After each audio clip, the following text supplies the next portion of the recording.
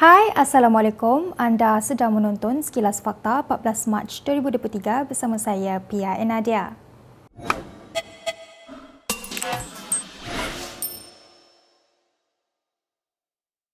Menteri Ekonomi Rafizi Ramli menganggap pihak tertentu yang menghantar barangan berupakan ekstrak ganja kepadanya adalah sia-sia dan suatu pembaziran. Rafizi berkata dia tidak menerima kiriman tersebut walaupun dialamatkan kepadanya. Tak adalah, saya tak tengok pun. Jadi orang hantar ganja, jadi polis datang ambil lah, itu je lah. Buang duit je lah hantar ganja kat saya tak ambil ganja. Yeah. I don't know. It's sent to the office. And then, I don't open it myself. It's addressed to the Prime Minister and myself. None of us basically take weed. So, I think it's a waste. Jadi sudah tentu dia dihantar terus ke balai polis lah. Semalam media melaporkan polis Sepang merampas bungkusan disyaki ubat gigi dengan ekstrak daun ganja yang dialamatkan kepada dua ahli politik di sebuah syarikat kurir di Pulau Meranti dekat Putrajaya. Kejadian berlaku pada Jumaat lalu. Ketua Polis Daerah Sepang ACP Wan Kamaru Azran Wan Yusof berkata, rampasan itu dilakukan susulan maklumat daripada laporan seorang petugas pejabat kerajaan di Putrajaya yang menerima panggilan memaklumkan ada satu bungkusan atas nama dua ahli politik tersebut. Seorang pemimpin Bersatu tampil menafikan desas-desus hubungan di antara parti dalam PN dibayangi masalah. Menurut ahli MPT Bersatu Muhammad Faiz Naaman, ketika ini hubungan Bersatu dan PAS tetap baik, bukannya seperti didakwa pihak luar. Memetik Malaysia Kini, Faiz berkata, walaupun terdapat spekulasi tentang hubungan kedua parti itu, ia sebenarnya semakin erat. Status hubungan kedua-dua parti yang menjadi tunjang kepada PN menarik perhatian apabila tiada seorang pun pemimpin kanan PAS hadir semasa Bersatu mengadakan Perhimpunan Agung Tahunan pada hujung minggu lalu. Menjadi kebiasaan sejak sekian lama untuk pemimpin tertinggi parti menghadiri atau menghantar wakil di Perhimpunan Agung Tahunan parti rakan masing-masing. Difahamkan hanya Presiden Gerakan Dominic Lau hadir semasa majlis perasmian dan ucapan dasar Presiden. Mengulas mengenai perkara itu, Faiz berkata, ketiadaan pemimpin kanan PAS bukan isu kerana Bersatu memahami kekangan yang ada.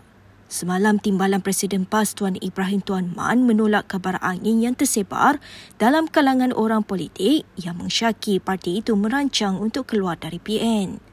Bahkan bekas menteri itu menafikan pernah mendengar perkara sedemikian.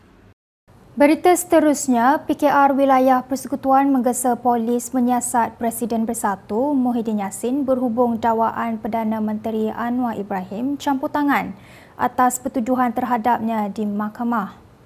Setiausaha politik kepada Anwar, Azman Abidin, membuat laporan polis di Ibu Pejabat Polis Daerah Ceras tengah hari tadi. Menurut Azman, dakwaan Muhyiddin terhadap Anwar adalah satu perkara serius dan sepatutnya pengerusi PN itu membiarkan mahkamah menentukan sama ada dia bersalah atau tidak. Azman yang mewakili ketua-ketua cabang PKR Wilayah Persekutuan menegaskan Muhyiddin tidak boleh menuduh Perdana Menteri dalam kes-kes yang dikenakan terhadapnya. Azman yang juga Ketua PKR Cabang Bandar Tun Razak berkata bahawa dakwaan Muhyiddin terhadap Anwar bertujuan mengalih perhatian orang ramai terhadap kes ini. Laporan polis hari ini merupakan yang kedua berhubung kenyataan yang dikeluarkan oleh Muhyiddin pada Jumaat yang lalu. Terdahulu, Setiausaha Politik kepada Menteri Kewangan Muhammad Kamil Abdul Munim membuat laporan polis terhadap ahli Parlimen Paguh itu. Jumaat lalu, Muhyiddin didakwa atas kesalahan salah guna kuasa dan pengubahan wang haram membabitkan RM232.5 juta yang didakwa diperoleh daripada 3 syarikat dan seorang individu semasa menjadi Perdana Menteri. Muhyiddin dan penyokongnya membayangkan dana berkenaan merupakan sumbangan politik. Muhyiddin dikenakan satu lagi pertuduhan pengubahan wang haram berjumlah RM5 juta berkaitan program Jana Wibawa semalam. Individu yang dikenali sebagai Datuk Roy telah direman 3 hari mulai hari ini bagi membantu siasatan SPRM terhadap program Jana Wibawa. Peguamnya Fahmi Abdul Moin mengesahkan bahawa Mahkamah Magistrat Kuala Lumpur membenarkan perintah reman sehingga 16 Mac. Peguam itu berkata perintah tersebut dikeluarkan Magistrate Nur Alina Hanim Abdul Halim. Menurut Fahmi, SPRM telah memohon remand selama 7 hari, namun pihaknya membantah kerana alasan yang diberikan tidak konkret. Fahmi menambah siasatan dijalankan mengikut Seksyen 17 dalam kurungan A Akta SPRM 2009. Menurut NST, Ketua Pesuruhjaya SPRM Azam Baki berkata, individu itu yang dikenali sebagai Datuk Roy datang ke SPRM menyerah diri petang semalam. Sebelum itu, bernama melaporkan Badan Agensi Anti Rasuah itu sedang mengesan seorang lelaki dan orang awam yang memiliki maklumat berkaitan untuk tampil ke depan. Laporan itu juga menyatakan lelaki itu merupakan perancang utama dalam kes rasuah berkenaan. Setakat ini, 3 ahli politik telah didakwa berkaitan kes Jana Wibawa, iaitu bekas Perdana Menteri Muhyiddin Yassin, bekas Ketua Penerangan Bersatu Wan Saiful Wan Jan dan Timbalan Ketua Bersatu Segambut Adam Radlan Adam Muhammad. Kita ke berita seterusnya. Perdana Menteri Anwar berkata kerajaan tidak akan berkompromi dalam soal pencukaian membabitkan golongan ultra kaya. Anwar menjelaskan pelaksanaan cukai barangan mewah dan cukai keuntungan modal adalah cara kerajaan untuk memastikan tiada sebarang kebocoran dalam pembayaran cukai golongan terbabit. Sekarang yang kita perkenalkan adalah capital gains tax dan cukai bagi barang mewah. Dan bagi kita memadai untuk memperoleh pendapatan bertambah selain dan langkah tegas mengelakkan kebocoran pembayaran cukai. Bila saya ke LHDN, saya beritahu selalunya tokoh-tokoh maha kaya ini dia elak bayar cukai dan ada perlindungan. Ini bukan perkara baru.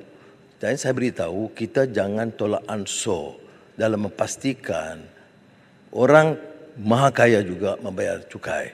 Jangan melarikan wang mereka keluar negara. Dan ini berlaku dan sebab itu saya telah arahkan supaya semua siasatan dilakukan termasuk Pandora Papers.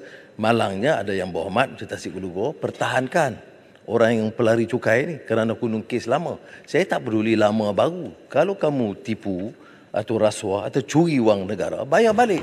Itu pernah dapat saya.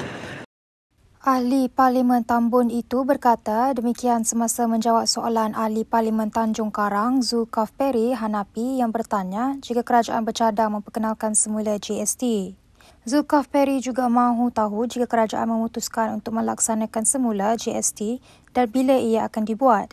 Menjelas lebih lanjut, Anwar berkata ketika ini kerajaan belum bersedia untuk mengembalikan pelaksanaan GST ekoran situasi semasa.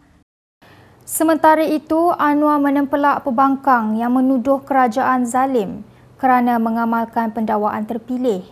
Anwar yang juga Menteri Kewangan menyoal sama ada mereka yang membuat tuduhan itu mempunyai bukti ataupun tidak. Dan saya mengambil kesempatan juga untuk menjelaskan kita bercakap soal keadilan. Kita tolak kezaliman dan fitnah. Ya. Jangan hukum orang tanpa bukti. Maka kalau ada tindakan, jangan hukum saya. Jangan guna ayat Quran hukum saya. Zalim dan campur tangan. Ya, saya nak beritahu pimpinan di sana. Ya, sudah boleh jerit yang sesuka hati. Sudah kena ingat sebagai seorang Muslim bertanggungjawab. Adakah saudara yakin ada bukti bahawa Anwar campur tangan untuk mendakwa sesiapa? Kalau tidak, zalim jawabnya. Guna nama agama dan fitnah orang. Sebut nama saya. Saya tidak campur. Boleh tanya SPRM dan Peguam Negara. Malah arahan kepada mereka saya kata apa? Tuanku pun dengar. Apa arahan saya? Saya kata apa pun tindakan berdasarkan fakta dan bukti kuat saya sokong. Ya. Tetapi jangan enayai, jangan ada satu alasan yang longgar yang boleh dicabar dan dipertikai. Saya tidak mahu. Saya beritahu begitu. Soal nak kecam dari segi politik, boleh kecam. Tetapi ingat, jangan kita guna kedudukan untuk, pertama, salah. Perdana Menteri jangan guna kedudukan untuk mengenayai. Kalau bukti ada, naya macam mana? Saya tidak peduli. Ada orang kata, oh, timbalan Perdana Menteri. Timbalan Perdana Menteri ada. Kes masih di mahkamah. Saya tidak campur. Boleh tanya Ketua Hakim Negara. Boleh tanya Peguam Negara.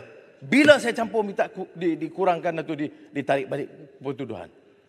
Soal tomahan. kita jangan mudah untuk menghukum. Ya. Saya bukan kelas politician yang murah begitu rupa.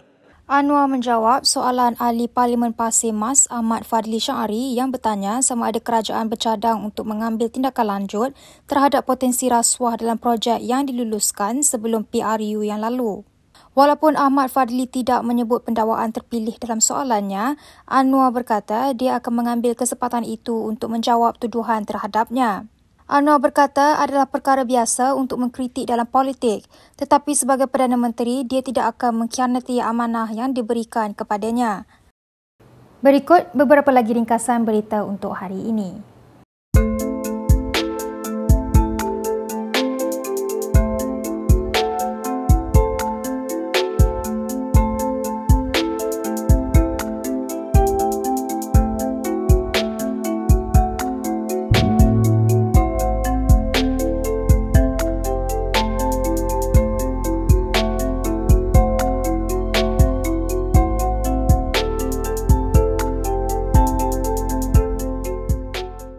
Sekian sahaja daripada saya, Pia Nadia, untuk Sekilas Fakta. Untuk lebih banyak berita, anda boleh melayari kinitv.com. Anda juga boleh mengikuti kami di Instagram, Twitter, YouTube dan Facebook. Salam hormat dan jumpa lagi.